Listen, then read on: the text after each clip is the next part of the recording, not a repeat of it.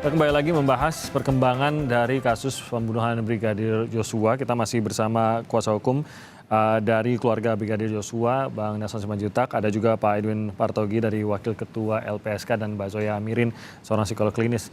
Mengenai apa yang tadi dikatakan Mbak Zoya, Bang Nelson mungkin Anda mau menanggapi karena lagi-lagi memang hal seperti ini akan ada kesulitan untuk membuktikannya.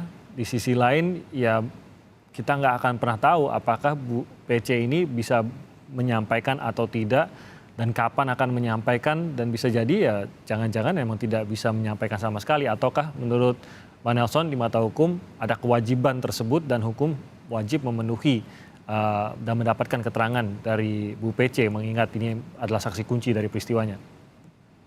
Terima kasih, Bung Timothy. Dialog, nah ini dia. Apa sih ukurannya pelecehan seksual? Kalau cukup banyak, puluhan itu di KUHP pasal-pasal ini. Kami harus normatif. Tapi mengikuti audiens yang ada sekarang, supaya jangan ada stigma penggunaan bahasa yang salah. Ini dia. Sampai kepada suka sama suka, kalau bahasa Belandanya overspell, pemindahan kekuasaan. Tapi kalau ini, apa yang menjadi indikator? Ukuran pelecehan seksual yang dilakukan oleh yang disebut itu kok sampai berkepanjangan dan sangat-sangat luar biasa. Kalau ini apalagi ini residive, berulang-ulang, tentu ini ada yang disebut maniak, workaholic, work seksual, banyak istilah-istilah psikologi yang kita gambarkan. Jadi ada lagi di medsos saya mengutip berpegangan tangan, berfoto, selfie cukup banyak, pemberian ulang tahun dan sebagainya. Tetapi ketika hari awal disebutkan oleh dari bapak-bapak penyidik pelecehan seksual, bagaimana menanggapinya ini? Biasanya itu tadi kita sudah sebut, Pak Timothy sudah katakan, ada alat buktinya, Suri menyebut di kamar, di hotel, siapa yang dipaksakan, ada bentuk benturan, ada senang sama senang, ini cukup banyak uraian ini, dan ini hanya bisa kita buktikan di pengadilan. Tidak ada saya lihat orang, saya hari ini melakukan pelecehan seksual, nah ini nggak ada ini. Oleh karena itu, kalaulah ini menjadi suatu misteri yang tidak bisa dibuka tabir, lah itu tadi. Ternyata lembaga lain sudah memberikan ini di zaman sekarang. Ada assessment. To assess. Berarti ada hitam putih, ada tulisan. Kalau dia keberatan secara oral, ditulis. Nanti sebutkan di situ. Tolong yang ini jangan sampaikan. Tolong ini bukan sarapan publik. Tolong yang ini saja. Kan banyak. Daripada ini simpang siur ke media hingga menimbulkan opini, kita bertanya-tanya apa sebenarnya. Apakah harus ada saksi menjadi ditersangkakan atau bagaimana? Atau seperti tadi, baju orange dulu baru tampil dan tentunya tabir ini bisa terbuka. Jadi catatan akhirnya untuk yang momen ini saya katakan ini adalah hal yang sulit dilakukan, diumumkan dari sisi publik maupun hukum kalau tidak di pengadilan. Demikian. Oke, baik, terima kasih. Boleh saya tanggapi, Ya, Bang? silakan singkat Mbak Zoya. Jadi gini ya, bukan hanya soal suka sama suka ya. Ketika terjadi pelecehan seksual atau kekerasan seksual itu adalah tidak adanya konsensual atau persetujuan dari kedua belah pihak. Ya, orang yang kan kita mengenal namanya marital rape ya, dalam konteks pernikahan saja bisa terjadi marital rape gitu, atau perkosaan yang terjadi misalnya, atau tidak adanya konsensual di dalam sebuah hubungan gitu ya. Jadi sebuah hubungan itu kan adalah partnership bukan ownership gitu ya. Nah demikian juga ketika ada tadi judgement publik seperti ada pegangan tangan, fotonya seperti ini ya, mereka yang dalam pernikahan ya atau misalnya pacaran atau hubungan apapun, ketika adanya konsensual maka tidak adanya persetujuan antara kedua belah pihak itu tidak menjadi sebuah pelecehan apapun konteks relationship-nya gitu ya. Jadi saya mau tegaskan dulu itu menjadi penting gitu untuk di sini, karena kalau misalnya ada jangan-jangan suka sama suka, kalau kemarin saya pegangan lalu sekarang saya tidak mau dipegang, apakah berarti itu konsensual yang kemarin tidak berlaku dengan konsensual yang sekarang gitu. Jadi ini mohon dipahami gitu, sehingga kita juga harus tahu ini bagaimana menghargai otoritas tubuh setiap orang. Kalau Oke. misalnya kemarin saya mau gitu berjabat tangan misalnya dengan Bang Nelson, dengan Bang Edwin gitu, apakah kalau sekarang saya tidak mau lalu dipaksa, kan itu menjadi tidak konsensual. Oh ya, tadi Oke. saya juga menjelaskan sedikit kayak misalnya ketika saya memberi contoh mengenai kaki patah, bukannya saya menggambarkan bahwa kaki patah itu sama ya dengan kondisi psikologis. Saya memang menggambarkan kalau fisiknya kelihatan, orang tuh relatif lebih maklum dibandingkan terhadap hal-hal yang shock, trauma yang tidak kelihatan secara kasat mata. Ya, sementara psikologis tidak Motif. terlihat atau tidak kasat mata. Baik, saya ke Bang Edwin. Bang Edwin, tadi Mbak Zoya juga sempat mengungkapkan bahwa sebenarnya masih bisa untuk dimintai mendapatkan keterangan dari seorang yang memiliki atau dalam kondisi trauma. Tapi mungkin caranya memang harus agak lebih dicoba beberapa cara yang nyaman untuk korban. Saya yakin LPSK juga sudah mungkin mencoba juga beberapa cara. Tapi sampai kapan ini LPSK, effortnya itu akan sampai mana, saya tidak tahu. Karena sebenarnya kan intinya bukan di LPSK. Intinya itu kan di penyidik sebenarnya, yang benar-benar membutuhkan keterangan. LPSK hanya menawarkan perlindungan, gitu ya Bang Edwin? Ya, pertama Timothy perlu saya sampaikan ya, supaya ini karena ditonton oleh jutaan mata deh. Ya, tidak ada yang menyudutkan, yang menuduh beliau itu bagaimana bahwa dia pelaku seperti apa, enggak ada. Ya. Kemudian menyangkut metode dan ahli, Mbak Zoya, saya pastikan metodenya memang sebagaimana metode psikolog dan psikiater dan ahlinya ya pada korban, dan ahlinya saya yakin Mbak Zoya juga sangat kenal. Kalau saya sampaikan ya, nggak perlu saya sampaikan bahwa kami tidak abal-abal lah untuk menghadirkan psikolog dan psikiaternya. Kemudian yang perlu juga kami sampaikan bahwa pada umumnya Timothy, bahwa kami ini LPSK sangat akomodatif dan responsif pada kasus kekerasan seksual. Ya. Khususnya jadi, Pak. Khususnya. Karena permohonan dan terlindung yang masuk yang banyak di LPSK itu adalah kekerasan seksual. Ya. 10% dari korban kekerasan seksual itu adalah mereka yang berusia anak. Gitu. Nah, tetapi hal yang menurut saya Mbak Zoya dan yang lainnya juga jangan abaikan, bahwa di kasus ini dari sejak awal ya, baik mata publik dan kemudian juga mulai pelan-pelan terungkap, kita kan melihat ada yang ganjil dan janggal. Gitu loh. Jadi ada yang ganjil dan janggal. Ini dari keseluruhan kerangka kasusnya, maksudnya semakin banyak terungkap, semakin banyak terungkap. Nah, tapi gini yang lain Pak Timothy, bahwa pada kasus kekerasan seksual itu umumnya ya, kita ngomong umumnya, tapi pasti ada pengecualian. Umumnya ada dua faktor. Pertama, ada relasi kuasa antara pelaku dan korban. Oke. Kedua, bahwa pelaku memastikan tidak ada saksi. Saya bilang umumnya ya, bukan berarti tidak ada pengecualian, pasti ada.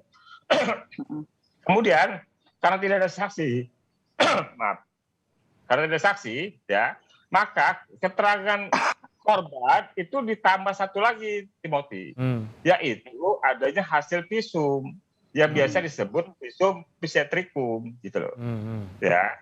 Nah, pada konteks ini lakukan saja visum psikiatrikum kepada Ibu P dalam proses hukumnya. Itu justru akan menguatkan kasusnya atau posisi Ibu P-nya, begitu ya, maksudnya?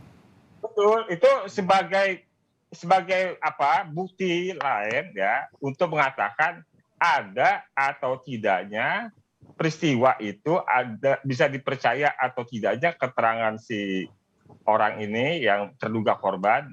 Ya udah, itu aja dirujuk visum psikiatrikum gitu loh. Jadi memang tadi saya sampaikan bahwa biasanya atau umumnya pelaku memastikan tidak ada saksi. Kalau ada saksi nggak jadilah, gitu kan. Tetapi ya tadi diperlukan bantuan dari ahli, ya, yaitu psikiater untuk melakukan visum psikiatrikum untuk bisa melihat secara lebih dalam gitu loh. Yang dikatakan pencabulan, tuduhan, dugaan pencabulan itu benar adanya atau tidak. Termasuk juga kita untuk mendalami, mengetahui di mana bagian penyebab dari traumanya atau depresinya.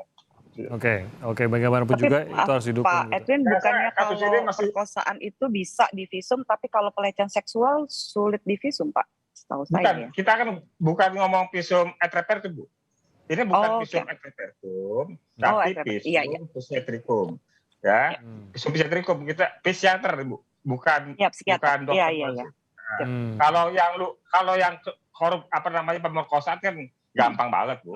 Ya kan. Iya. Tapi kalau cabul Lebih kan gampang ini merebutnya. nggak berbekas kalau cabul kan. Iya. Kalau pemerkosaan persetubuhan tentu lebih mudah. Gitu. Iya. Tapi lagi-lagi ini butuh assessment dan butuh yaitu tadi bahwa korban bisa menyampaikan, bisa menceritakan peristiwanya gitu ya. Dan ini yang belum bisa didapatkan dari Bu PC ini, Pak Edwin. Ya, tambahan begini Timothy. Ya, terlepas bahwa kami belum mengetahui apa yang mengakibatkan Ibu PC ini nampak depresi dan trauma. Ya, kalau kesimpulan dari psikiater kami memang dia mengalami trauma si Ibu PC ini. Oke. Cuma sumber traumanya kali ya Pak belum tahu ya. Betul, itu sumber traumanya kita belum tahu. Ya, terlepas dari soal sumber traumanya apa, ya Timothy. Menurut psikiater kami, Ibu PC harus segera menjalani pengobatan psikiatri, gitu loh.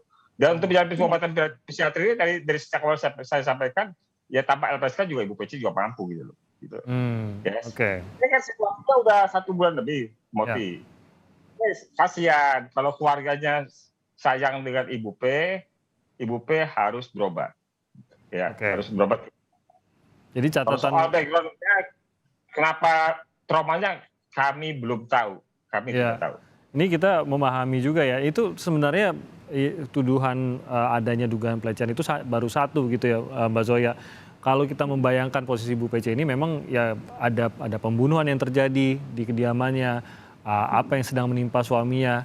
Ini kan bisa saja menimbulkan trauma yang semakin bertambah gitu, menumpuk Mbak Zoya. Menumpuk gitu. Nah itu bisakah teridentifikasi sebenarnya atau perlukah diidentifikasi yang mana yang sebenarnya paling menimbulkan trauma dan apakah memang ini akan sangat mengganggu atau sebenarnya meskipun trauma karena kan banyak korban yang mengalami trauma tapi di sisi lain juga sebenarnya dia ingin menceritakan karena menginginkan keadilan gitu, Mbak Zoya. Nah gini, ini jadi beda-beda tipis nih antara psikolog klinis dengan penyidik gitu ya. Jadi kalau saya mau memposisikan diri saya bukan penyidik gitu ya. Jadi sebenarnya tidak penting gitu buat saya untuk pertama mengetahui motif. Yang lebih penting adalah kenapa misalnya ketika saya memiliki klien gitu atau menghadapi kasus gitu ya, saya akan melihatnya mengapa kamu merasakan apa yang kamu rasakan gitu ya. Apa yang kamu rasakan sekarang adalah sumbernya dari mana. Jadi kira-kira anamnesa ya yang kami cari adalah anamnesa. Kronologi itu adalah menjadi penguat dari anamnesa yang akan kami ambil.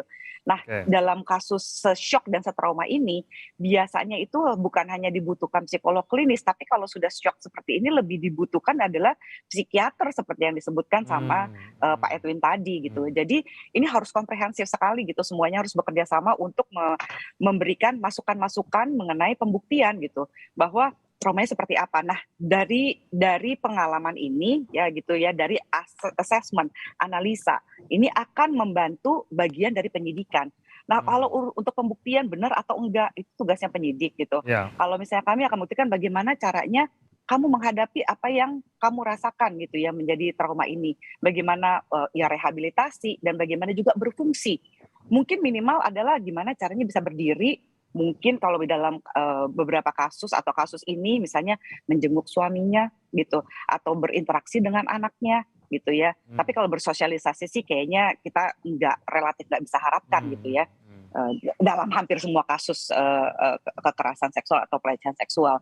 Tapi setidak-tidaknya dia bisa berfungsi self grooming normal aja dulu deh biasanya untuk bisa menghadapi keseharian hidupnya. Oke, jadi bantuan yang dibutuhkan ya catatan dari LPSK tadi tampaknya memang harus dibantu. Ini membantu pribadi dari Bu Pece maupun membantu dari penyidikan juga agar bisa berjalan dan mendapatkan keterangan seterang-terangnya dari Bu Pece ini.